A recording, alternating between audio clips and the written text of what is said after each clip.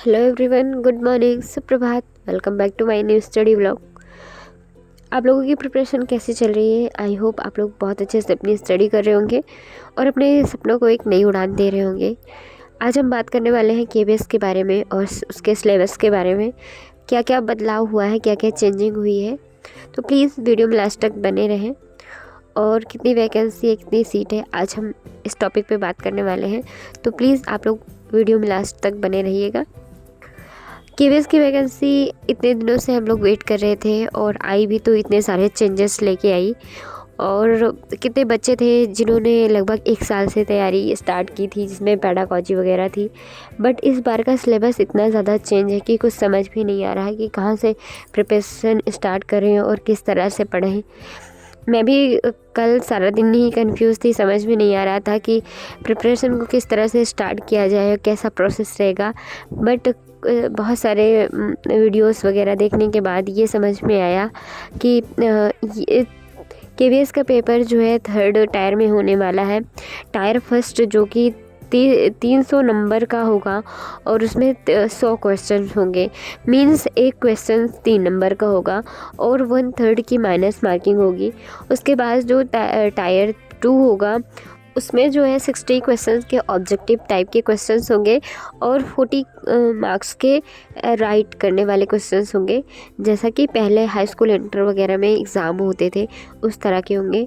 और उसके बाद 3rd प्रोसेस जो होगा यानी कि टायर 3, वो इंटरव्यू का प्रोसेस रहेगा उसमें। और जो मेरिट बनेगी हम लोगों को, ये वो टायर 2 और टायर 3 यानी कि इंटरव्यू और रिटन एग्ज़ाम जो होगा उसको मिला के फाइनल मेरिट बनेगी। और जो 100 क्वेश्चंस का फर्स्ट पेपर जो रहेगा वो ओनली क्वालिफाइंग पेपर रहेगा। तो इस तरह से कुछ केबीएस का प्रोसेस है। केबीएस ने अब की बार अपना पूरा सिलेबस चेंज कर दिया है। और हर बार ऐसा होता था कि 60 नंबर की पेडागॉजी होती है तो सारे बच्चे बस इसी को बेस मानकर अपनी प्रिपरेशन कर रहे थे। बट इस बार केबीएस ने एक हिसाब से धोखा ही किया है हम लोगों के साथ। बट अब क्या ही किया जा सकता है, क्योंकि जो भी हुआ है वो सारे बच्चों के साथ ही हुआ है। और अब केबीएस को टारगेट करके ही तैयारी करनी है हम लोगों को।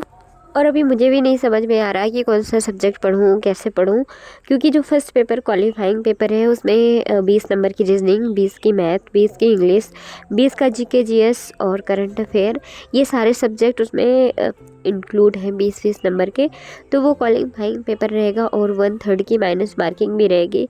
तो पहले तो हम लोगों को टारगेट ये बना के चलना है कि हम लोग पहले फर्स्ट पेपर क्लियर कर सकें ताकि आगे का रिटर्न एग्ज़ाम दे सकें। तो पहले फर्स्ट पेपर को टारगेट करके और अपनी तैयारी को करते हैं। एक बार सिलेबस अच्छे से डिफाइन हो जाने के बाद जो भी सब टीचर आपको सही लगे उनका बैच परचेज़ कर लीजिए। और मैं भी कोई भी सर का कोई बैच परचेज़ करूँगी और जब भी मैं कोई बैच वगैरह परचेज़ करती हूँ तो मैं आप लोगों को इन्फॉर्म करूँगी। बैच वगैरह परचेज़ कर लेने से एक गाइडेंस हम लोगों को मिलती रहेगी, क्योंकि पैटर्न भी नया है। और जब वगैरह परचेज़ कर लेने से फिर एक गाइडेंस सबको मिलती रहेगी। और टायर 1, टायर 2 और टायर 3 सबकी प्रिपरेशन हमारी अच्छे से हो जाएगी। पहला टारगेट हमारा ये होना चाहिए कि हम क्वालिफाइंग पेपर को अच्छे से क्वालिफाई कर लें और रिटन एग्ज़ाम पे पहले फोकस ना करके पहले फर्स्ट पेपर पे अच्छे से ध्यान दें और अच्छे से उसको कवर करें।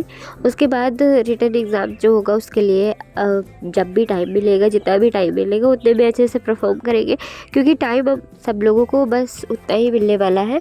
और एक पॉजिटिव माइंडसेट के साथ अपनी तैयारी को एक बेहतर दिशा देना है और अपने सपनों को हासिल करना है। और अब बिल्कुल भी ये नहीं घबराना कि सिलेबस चेंज हो गया है और टाइम कम मिला है। जो भी है, जैसा भी है, वो सबके लिए बराबर है। तो इस चीज़ को अपने माइंड में ना लाते हुए अपनी प्रिपरेशन को स्टार्ट करना है और जितना हो सके अपनी पढ़ाई के लिए 5 से 6 घंटे का टाइम निकालना है।